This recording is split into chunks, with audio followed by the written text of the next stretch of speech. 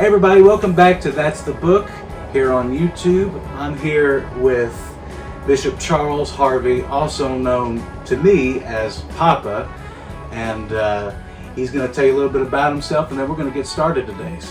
Well, thank you, grandson. My wife and I are missionaries to the Native American tribes of the United States and Canada, and we are currently on assignment here in Arizona, and Jaden, our grandson, is down from Georgia getting his feet wet, seeing Arizona, but also being on the Indian reservations with us. All right, we're going to go ahead and get started here. Our book that we're going to be basing our discussion on today is going to be The American Lion by John Meekum. This book is about President Andrew Jackson and what all he accomplished throughout his presidency, the things he did, the things maybe he shouldn't have done, and we're going to have a good time doing it. So I'm going to start it off with the first question here. I got just a few of them. So first question I've got for you today is, was Andrew Jackson a better president than any of his predecessors, and why or why not? Well, I think you have to take in context. Each president lived in his own era of problems and situations that he was dealing with. Andrew Jackson was faced with building and expanding and keeping a very young country together. And so he was a controversial figure because he was balancing all of these situations, and history will say that he was just and he was unjust, and I don't know that he was any better or any worse than his predecessors, because his situation was different, and his issues that he dealt with was for his particular time. Next question, based on this image right here, how would you describe Andrew Jackson and his policies?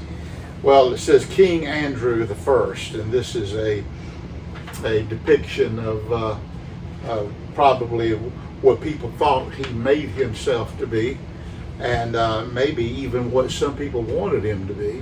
Because Old Hickory, one thing about Old Hickory, he was a no-nonsense guy.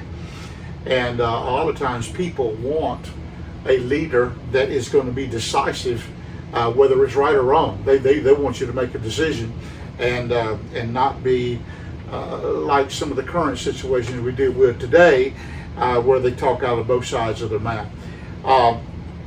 He took on a lot of authority. He took on a lot of issues, and some people felt like he overstepped his boundaries.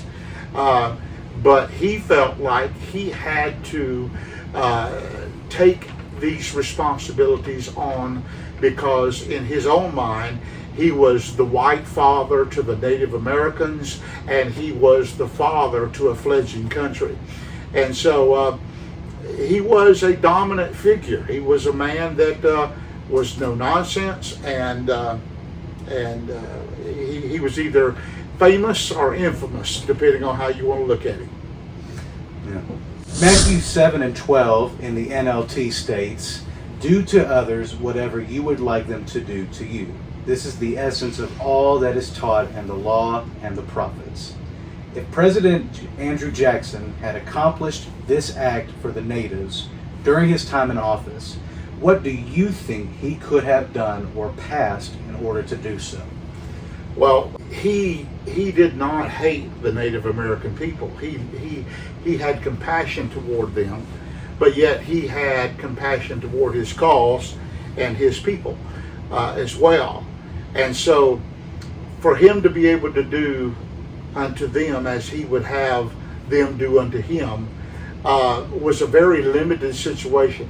And in this book, you'll read that he actually stood up for the Native Americans whenever they were done wrong and atrocities that was not at his hand was done to them. He would defend them, but yet at the same time, he would make policies and do away with treaties and things like that would hurt them.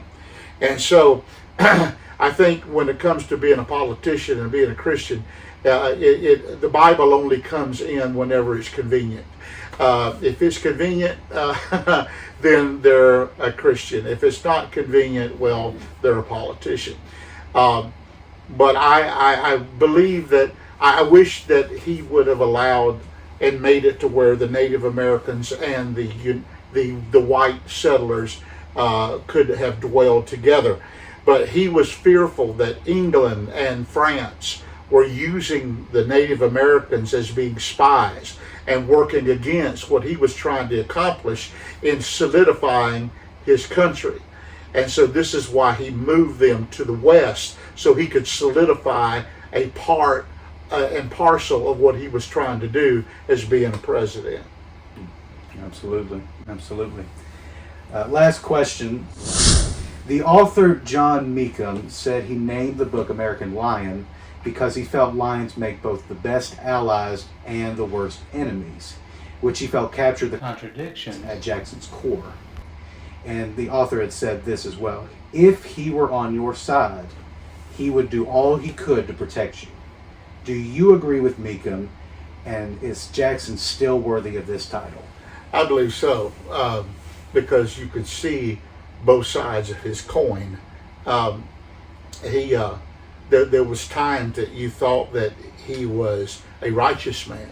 There's other times you thought he was a tyrant, and he was dealing with situations that other people didn't realize he was dealing with, and also though I'm sure there was an ego involved there, so I believe that this book, the author has depicted Jackson in a proper and a balanced way, because you see the good and the bad and the ugly of this one individual, and I would recommend this book, and I think it's good. Also, I would recommend to any of the readers or anyone that is listening to this broadcast, the book of Bill O'Reilly, Killing Crazy Horse. If Native American backgrounds and history is something that you really like, Killing Crazy Horse by Bill O'Reilly will go into some of the deeper aspects of this, and it will complement this book. Yeah, absolutely. You can check that resource out. There will be a link in the description below for that, as well as the book American Lion. All the information we talked about here today and much more is in this book. You can get it on Amazon or any platform that you use to purchase your books at.